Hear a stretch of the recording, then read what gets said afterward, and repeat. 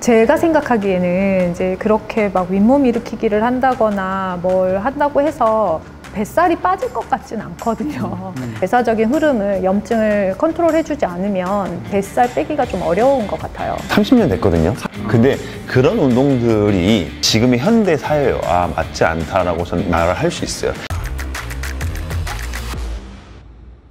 그러면 운동도 좀 규칙적으로 이렇게 하면 좋지 않겠습니까? 사실 제일 힘든 게 뭔가 규칙적으로 하는 게 제일 힘들잖아요. 꾸준히 하는 게 힘들고 규칙적으로 하는 게 힘들고, 월화는 좀 강도 높은 운동, 수요일 목요일은 리커버리 할 수 있는 운동, 목요일 금요일은 오히려 근력 운동이 도움이 많이 돼요. 생각보다 신경계가 지쳐 있으면 도움되는 건 리커버리일 수도 있지만 때로는 근력 운동이 될 수도 있거든요. 그래서 월요일 화요일 주초에는 이렇게 파워풀한 운동도, 순발력 운동들, 왜냐면 나이가 들어도 순발력 운동을 해야 되거든요. 네. 보통 60대 넘어가면 병원을 가장 많이 찾는 이유가 낙상이에요. 그래서 사다리 운동 같은 거 있잖아요. 허들 넘는 거, 뭐 이런 운동도 될 수 있고, 점프하는 운동들, 이런 것들이 대표적인 예로 될 수가 있어요. 네. 푸시업을 하더라도 월요일 화요일 하는 푸시업은 푸시업을 하면서 뭐 손바닥을 든다든지, 뭐 손바닥을 더 밀어낸다든지, 뭐 박수를 친다든지, 이런 뭐 운동을 기본적으로 예를 들면 할 수 있겠죠. 리커버리 운동 같은 경우는 일정한 템포를 가지고 성공을 해내는 거예요. 맨몸 운동이라든지, 그러니까 무게를 들지 않고, 왜냐면 월화 때 근섬유 통증이 있을 수 있으니 수요일 목요일 때는 바디웨이트를 이용한 운동들을 좀 하는 게 좋습니다. 좀 비유를 들자면, 순간적으로 했을 때 뭔가 늘어나는 게 있을 거 아니에요? 그럼 그걸 다시 정렬을 맞춰주는 맨몸 운동을 하고, 그걸 고착한다, 좀 덩어리를 만든다는 웨이트 트레이닝을 하게 되면 월화 수목 금토 뭐 이런 식으로 이렇게 나눌 수 있겠죠. 그렇게 운동을 요일별로 좀 많이 가져간다고 하면 그래야 운동을 꾸준히 할 수 있지 않을까. 근데 이런 이야기도 있잖아요. 뭐 일주일에 3일 운동하는데 첫째 날은 상체 운동, 뭐 둘째 날은 뭐 하체 운동, 뭐 코어 운동, 이렇게 나눠가지고도. 그거 한 30년 됐거든요. 근데 그런 운동들이 지금의 현대 사회와 맞지 않다라고 저는 말을 할 수 있어요. 다만 피지컬을 키우는데 보여주기 위한 바디 빌딩을 할 때는 그런 게 분명히 필요할 수 있습니다. 필요하다고 느껴지고요. 근데 뭐 나눈다기보다는 형태를 나누는 게 중요하다고 생각을 해요. 예를 들어서 오늘 운동은 어떤 걸 목적으로 한다. 운동은 그러니까 부위만 따지지 말자는 거죠. 뭐 전체적으로 유연성을 늘릴 건지 근력을 늘릴 건지 좀 회복을 할 건지 이런 것들로 분류를 하는 게 신체적인 향상으로 기능을 유지하는 데 더 좋다. 건강하게 살려면 코어 운동이다. 이런 이야기가 있는데 코어 운동만 하면 안 됩니까? 골격에서는 코어가 여기 척추 주변 뭐 복근, 엉덩이 근육 이런 게 있겠지만 또 신체 능력에 있어서는 심폐지구력 이런 것들도 코어잖아요. 이렇게 기능상 분류를 해서 하면 되게 효율적이고 좋을 것 같아요. 우리가 이제 운동하러 가면 보통 뭐 PT를 이제 받으러 가거나 이제 이렇게 하는데 그런데 가면 그렇게 가르쳐 주는가요? 잘 선택을 해야 될 것 같아요. 고객이 원하는 답변이 있을 거고 또 고객이 바라는 바가 있을 텐데, 사람이라는 게 저처럼 내성적이면 들어간 뭔가 결제를 해야 될 것 같고 구매를 해야 될 것 같지만 또 따져보는 사람들이 있잖아요. 특히 병원이나 운동은 내 몸에 직결된 것 중에 하나이기 때문에 조금만 더 고려해봤으면 좋겠어요. 운동을 하는 목적으로 물론 뭐 내가 건강하게 지내면 좋겠다 이런 이야기를 많이 하지만 다이어트 목적이 사실은 제일 많은 것 같아요. 운동을 해도 뱃살은 잘 안 빠진다고 그러거든요. 그럼 뱃살은 도대체 무슨 운동을 해야지 됩니까? 실제로 공간을 많이 만들어내면 지방이 거기에 침투 막 하잖아요. 우리가 목에 정렬이 무너지면 그 공간으로 지방이 형성되는 것처럼 배가 없어요. 배를 둘러싸고 있는 구조가 뼈가 없잖아요. 척추로 있고 그 다음에 둘레가 크잖아요. 그래서 사실은 그 갈비뼈를 되게 신경을 많이 쓰면서, 그리고 골반과 갈비뼈의 길이를 또 신경을 쓰고 갈비뼈와 갈비뼈의 그 넓이를 신경을 많이 쓰면서 운동을 하는 게 체중 감량에 도움이 많이 돼요. 그런 운동들을 많이 하고, 또 아까 말씀드렸던 것처럼 심박수를 어느 정도 유지된 상태에서 일정한 시간을 운동하는 것이 결국은 애프터 버니라 그래서 그 버닝 효과가 지속된다. 그래야 땀이 배출되고 계속 에너지 소모가 버닝이 되기 때문에 그게 체중을 빠질 수 있다. 많은 분들이 이렇게 생각해요. 내가 여기 살이 쳐져. 그러면 이제 팔 운동을 해. 배가 나왔어. 그러면은 뭐 크런치나 윗몸 일으키기를 해. 뭐 이렇게 해서 그 부위에 살을 빼려고 이제 노력을 많이 하신단 말이에요. 그럼 이런 게 지금 치료적인 측면이나 아니면 운동 역학적으로 도움이 되는 겁니까?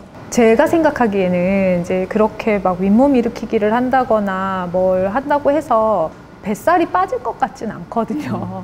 복근에 힘을 기를 수 있을지는 모르겠지만, 근데 복근도 혼자 있는 게 아니잖아요. 옆에 등 근육이나 엉덩이 근육이 충분히 받쳐주고 호흡 근육이 좋아야 이제 복근도 좀 제 기능을 할 거고, 이제 그런 것보다 이제 제가 운동적인 부분은 대표님이 얘기하실 거니까 호르몬적으로 얘기를 좀 해보면, 아까 말씀드렸던 부신피로 같은 경우에 코티솔형의 어떤 그 호르몬 이상이 있는 그런 분들은 뱃살이 많이 찔 수밖에 없어요. 그러니까 복강 안에 있는 그 많은 지방세포들이 뚱뚱해지는 거거든요. 우리 몸의 호르몬들은 이제 체지방이라고 하는 게 에너지를 비축하는 그런 역할도 하잖아요. 그러니까 예를 들어 에스트로겐이 충만해야 되는 시기, 이제 청소년기나 뭐 가임기 여성들 같은 경우에는 그런 에스트로겐의 효과가 이제 임신을 했을 때 아이를 먹여 살리기 위한 용도로 체지방을 저장하기 때문에 그때는 엉덩이나 허벅지 쪽에 피하지방으로서 이제 지방을 축적시켜요. 이럴 때는 대사에는 큰 영향이 별로 없거든요. 그렇게 찐 살은.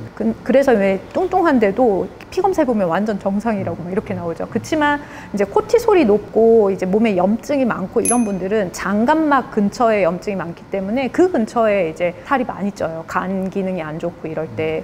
그래서 그런 어떤 대사적인 부분도 좀 그 나이가 들수록 그런 대사 이상이 있는 경우가 더 많잖아요. 그래서 그때는 그런 대사적인 흐름을, 염증을 컨트롤해주지 않으면 뱃살 빼기가 좀 어려운 것 같아요. 진짜 좋은 말씀을 해주셨는데, 그 호르몬적인 접근으로 봤을 때도요, 내가 어떤 부위별 운동을 하면 되게 기분이 좋아지거든요. 그래요? 그 기분이 좋아지고 뭔가 보이는 것 자체가 피부 근육인가 근육이 생기면 그 자체로 그런 스트레스 호르몬 자체가 좀 떨어지기 때문에 충분히 더 좋은, 약간 플라시보 효과보다 더 높은 효과를 발휘할 수 있다고 저는 생각을 하고 있어요. 그래서 부위별 운동을 하는 건 나쁜 건 아니다. 충분히 해야 된다. 그리고 결국은 내가 보이는 외모를 표현했을 때 코어 운동만 하고 살 수는 없으니까. 제 생각에는 지방이라는 것이 결국 이제 쌓이게 되는데 문제가 있는 곳에서 가장 많이 쌓여요. 왜 그러냐면 아까 말씀하신 것처럼 지방이 항상 나쁜 게 제일 많이 끼거든요. 그 부위가 문제가 있으니까 지방이 끼는 건데 내장 지방은 장에 문제가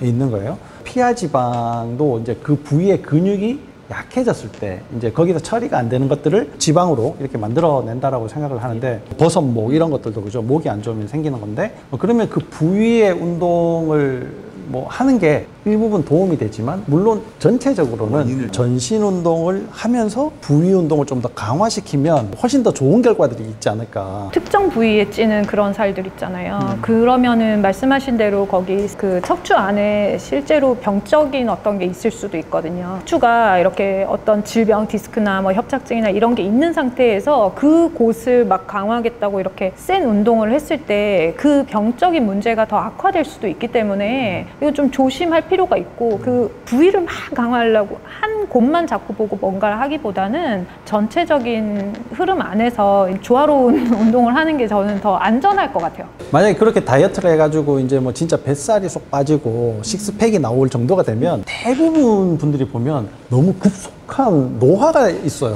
뭐 얼굴이 쪼글쪼글, 이 사람 뭐 완전 할아버지가 됐네? 뭐 할머니가 됐네? 이렇게 되는데, 이런 문제들을 극복할 수가 있는 문제예요? 아니면 살을 빼면은 뭐 당연히 생길 수밖에 없는 문제인가요? 어려운 건데, 이게 체중을 빼면서 그냥 너무 급격하게 이제 마이너스만 했을 때 좀 그런 것 같아요. 그러니까 우리의 세포들을 재생하면서 빼야 되거든요. 건강한 세포로 대체하면서. 그래서 이렇게 얼굴이 쪼글쪼글해질 정도로 했다는 거는 뭔가 영양소 결핍이 있거나 그곳에 어떤 구조적 문제가 해결이 안 된 상태일 가능성이 높기 때문에 어떤 좋은 영양소로 계속해서 보충을 좀 해줘야 돼요. 그러니까 체중 감량을 목적으로 뭔가 우리가 식단을 하고 운동을 할 때 지나치게 적은 양을 먹게 될 가능성이 있고, 좋은 영양소, 그러니까 특히 단백질이나 이제 지방 같은 것들을 충분히 안 먹어주거나 이제 미네랄 같은 게 부족해져 있을 수 있기 때문에 피부에 이제 탄력을 재생하는 게 좀 어려웠을 것 같아요. 그런 분 같은 경우는. 그래서 그런 걸 충분히 공급해줘야 될 것 같습니다.